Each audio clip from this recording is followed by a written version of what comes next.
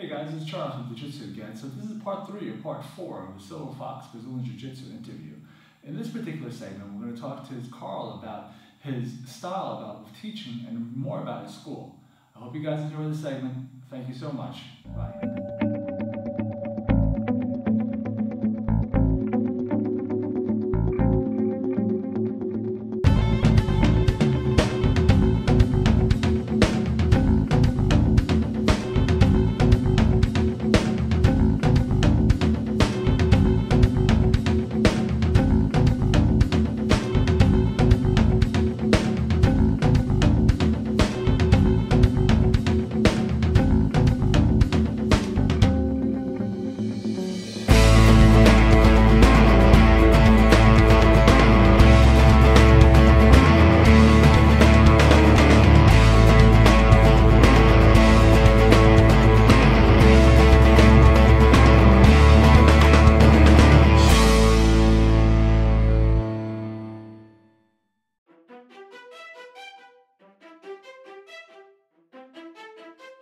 So you have a master's degree from Columbia University.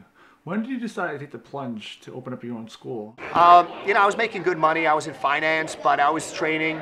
And what I did is a bunch of us kind of opened up our own shop. You know, we were tired of the daily grind going into the city and financial consulting, and we're actually doing okay, making money and so forth. But during that time, my time became even more flexible, so I could even spend more and more time training. And about 8 years ago, I actually got talked into opening up a school. I got my black belt a little more than 8 years ago, and I started. Guys were like, "Hey, when are you going to open up? When are you going to open up?" So I said, "All right." I did it 3 days a week, and you basically started to, it started to grow. And it's, when you start to grow, the question is, what do you do?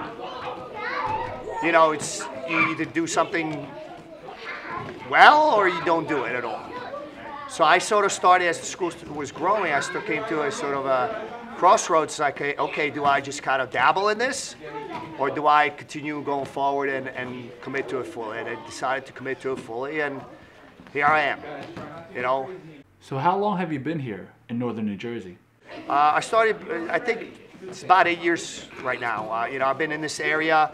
I started out in Lodi, then as the school grew, they only had 3 days a week for me there. I was subleasing.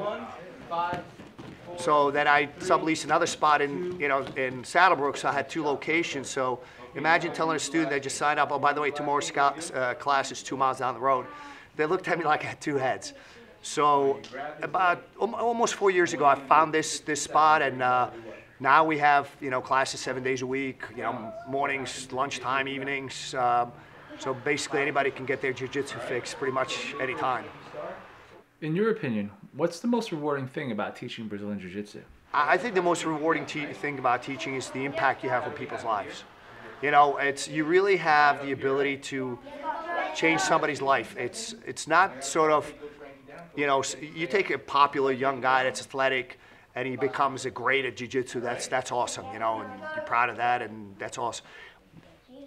The best part about it is when you take somebody that's unsure of themselves, maybe bullied in school or whatever, or just have a ho-hum job and really hate it, and they come in here and they train, and 9 months later you see like the light bulb going off, that they start to understand what jiu-jitsu is about, and you can see the look in their eyes, and smile on their face when they come into the school, smile on their face when they walk out.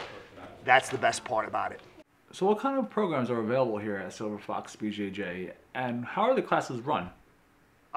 We have 1-hour classes. Basically, we have adult Brazilian Jiu-Jitsu, we have fundamental classes, no sparring, just drilling. You want to sort of incubate the people, when you started probably, you were just thrown in the water and swim with the sharks. Fortunately, I was one of the earlier sharks, so that was good. But it's sort of like, I had a friend of mine tell me about 5 years ago, came to try a class. He's like, I don't know what I'm supposed to be doing. I'm supposed to be fighting. Am I supposed to be doing? I don't know anything. I accidentally poked the guy in the eye, then he tries to beat me up. And then Renzo says, you gotta have basic classes where guys just get some technique, and then when you transition them to a class with rolling, then they can sort of, you know, start to grow and kind of learn the full jiu-jitsu. So we start out with the adults, you know, fundamental jiu-jitsu. After 3 to 6 months, a lot of people transition to the advanced, where they still go to the fundamental classes, but now they go to some advanced classes as well. They, you know, we have MMA kickboxing. It's kind of hybridized form of kickboxing suited for MMA. We have, as you can see, the kids Brazilian Jiu-Jitsu. Basically, most classes are run very similarly. We have 5 to 10 minute warm up, you know, about 10-15 minutes focus on clinch takedown. The remainder of the class is spent on the ground drilling specific techniques. And, you know, for the advanced class, the last 20 minutes is reserved for rolling 4 or 5 minute rounds. So are drop-ins welcomed? Yeah, especially the Renzo, you know, Renzo family guys are for sure. You know, to be honest, it's kind of weird. I've always kind of had an open door policy. I'm sort of revisiting that, this thing. I've had a couple of people come in from other schools, and interestingly enough, guys comes in fresh, you know, goes balls to the wall. And by the way, that term has to do with a steam engine. I found that out recently. And either, you know, there's a possibility of him getting hurt or one of my guys getting hurt. You know, they're being disrespectful because my guys take it easy and then my guys get ticked off and then they'll make them pay. I've had guys come in, not actually tell me the truth where they're from. So it's sort of like, I'm starting to think that, what's the point? You know, obviously guys from Renzo, Matt Serra, Ricardo Almeida schools always welcome because it's my family. You know, some of the guys, you know, from out of town, if I know the school, the lineage, you know, it's okay. But like I said, I've had some issues recently, more sort of where the guys were not even truthful about where they're coming for, what they're doing here, and so forth. You know. So you do a lot of seminars in Eastern Europe. What's that like? It's a great experience. You know, I think what's going to happen with Jiu-Jitsu, it's going to go the way of the traditional martial arts, where, you know, in 20 years. Being a Brazilian Jiu-Jitsu black belt, I'm not sure if it's going to mean something. If it's going to be a Renzo Gracie black belt, it means something. If it's going to be some Fox BJJ black belt, it's going to mean something.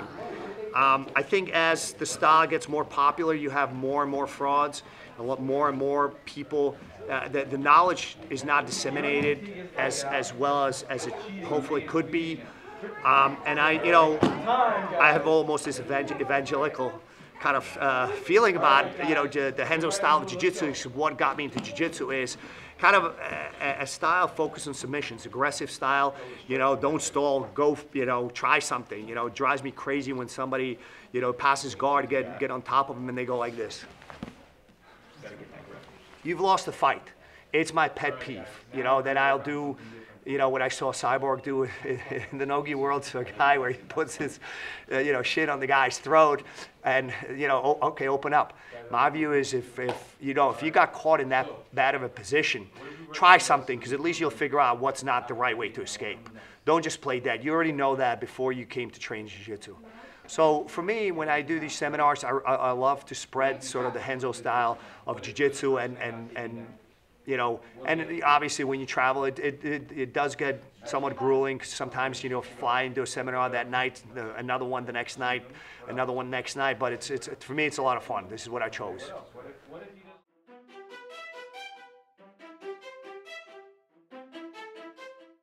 All right, guys. When I go for the omoplata, right? A lot of times when you set it up and you're trying to finish the guy right away sets himself up for a roll. So what I'll do is I'll bring up this arm high. I'll switch the grip to the other hand and pull. What happens is he cannot roll sort of in a way to try to put me in guard. What he has to roll is high over his shoulders. What I'll do is I'll hold on to that hand. I switch my knee and pin it. You actually have a bicep crush, but I'm not really worried about that one. What I'll do is bring my, even if you lose the bicep crush, I let Joe slip out. I'm gonna get my hand deep under his neck and then just drive for a finish. The beautiful part about this is he's got no place to go.